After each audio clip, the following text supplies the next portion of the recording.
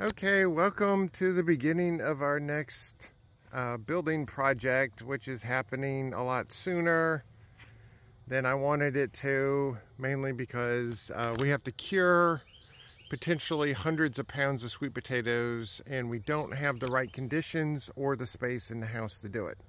And we don't have a garage or something, so we've been debating about getting a greenhouse for a while.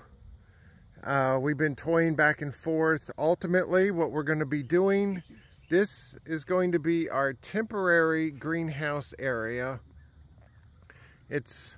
We're going to put down landscape fabric of about 36 by 36 feet. And what this is going to do is we're going to get two, I'm going to call them temporary greenhouses. They're going to be Vevor greenhouses, V-E-V-O-R, if you want to look it up online. Two 10 by 20 greenhouses. And so two reasons why we want to do this right now is, first reason is the cost. The cost of these greenhouses is a fraction of the cost of an actual greenhouse. And two, and more importantly, is we want to make sure when we spend thousands of dollars and get an actual greenhouse, that the actual greenhouse is what we want and what we need and what we can utilize.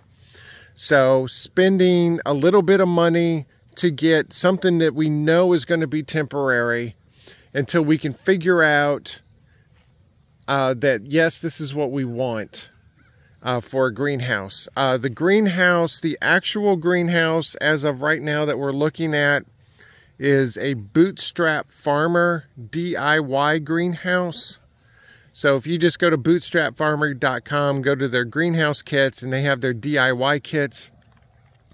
The greenhouse, the big greenhouse we're looking at least at the time of this video, that probably can and will change, is a 20 by 60 foot greenhouse. And so even the DIY kit with everything that goes into it is still going to be probably $6,000 to $8,000. You can buy a full kit that's not DIY, and it's probably going to be 2 to 3 times that amount. The difference between the DIY kit and a regular kit on Bootstrap Farmer is the DIY kit, they give you all the fasteners and everything and a hoop bender and all that stuff. But you go locally and buy all of the pipes for the greenhouse and all the wood for the greenhouse. With the full kits, they provide all of that stuff for you, including the hoops, or the pre-bent hoops. Yeah, the pre-bent hoops. So the cost difference comes in shipping that stuff, you know, halfway across the country. And so the shipping cost is what is the difference. So anyway, that's the long-term project. Short-term project is right here. So I just come in and I scalped out an area that's going to be a little larger. The actual area is going to be 36 by 36 feet. We're using landscape fabric, but this is step one. Step two is going to be later this afternoon.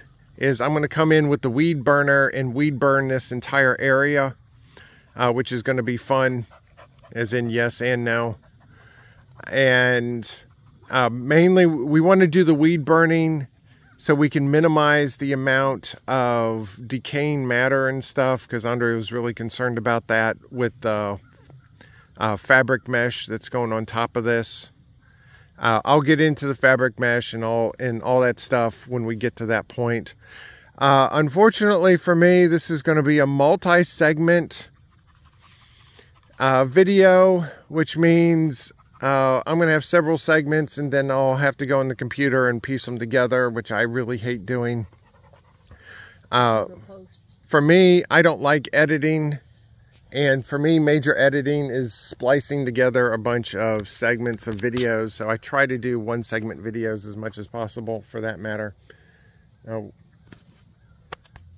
Andre said that we could do it in several videos, so we'll see how it happens. But either way, all the stuff today the scalping, which I've already done, the weed burning, which we'll do today, and Andre wanted to try to add a little bit of dirt in this area.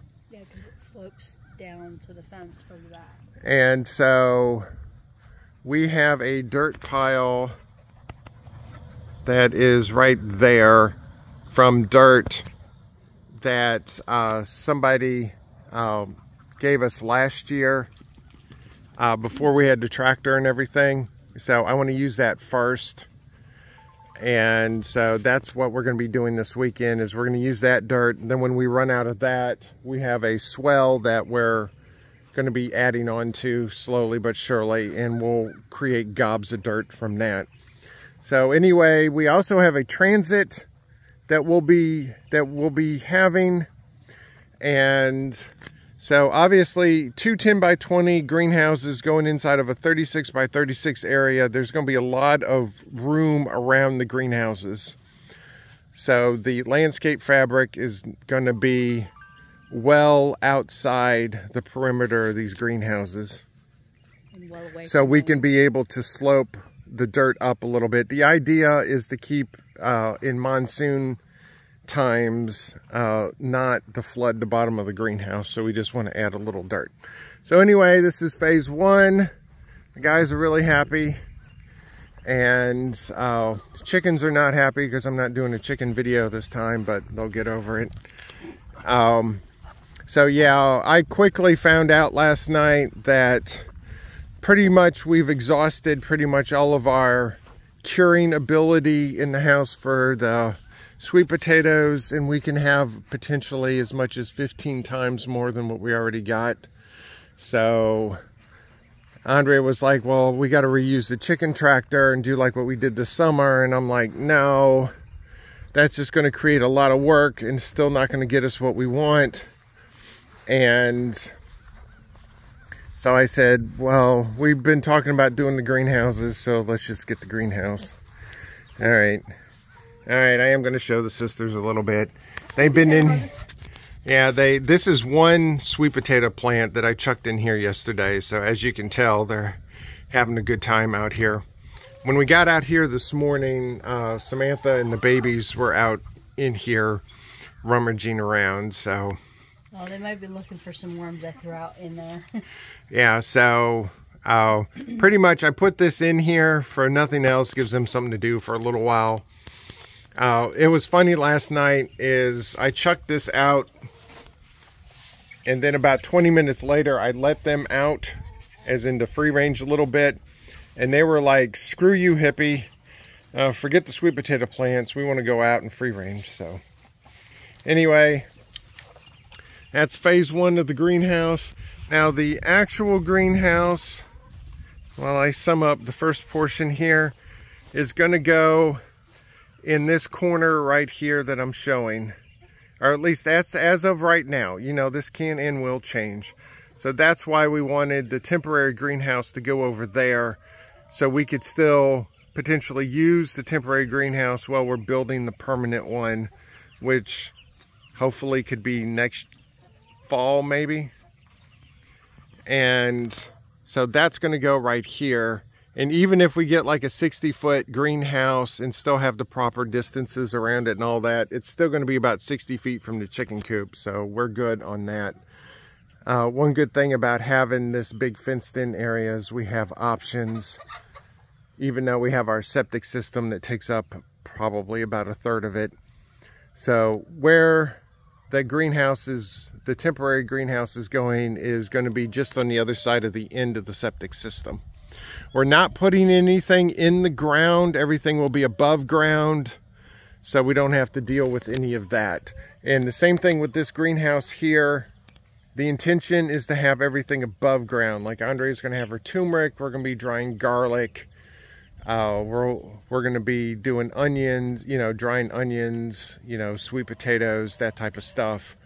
So that's what this is going to be for. So anyway, done rambling. One last look at the sisters. Somebody's not having fun right now. So anyway, greenhouse time. So luckily, hopefully, it's not going to be too hot while we're trying to put this thing together. Because I told Andrea last night, I said, we're not harvesting any more sweet potatoes until we figure out a place that we can put them. And, well, since I'm here, let me just show you where they are right now. Okay, Lady Pants is in here showcasing where the sweet potatoes are. And see, that's the other thing with the sweet potatoes. If we don't watch it, the dogs will start eating the sweet potatoes. And so here's pretty much the sweet potatoes right now. Sweet potatoes need high heat, high humidity. And as far as the heat goes, it's not hot enough in here for that. And as far as humidity goes, it's definitely not humid enough in here. So they need to be outside. And so just imagine this amount of sweet potatoes multiplied by up to 15 times. And that's the amount of space we're going to need for sweet potatoes. The good thing is we're going to have landscape fabric throughout the entire inside of the greenhouse area. So we're probably just going to chuck them on the ground. So Andrea will probably correct me on that. So anyway, done rambling. I will do another segment later showing the burning. And then might have another segment doing the dirt. Although I've been yakking for over 11 minutes on this, so I don't know. This is either going to be under multiple videos or it's going to be in one compilation or a couple compilations. I don't know yet, so I'll figure that out.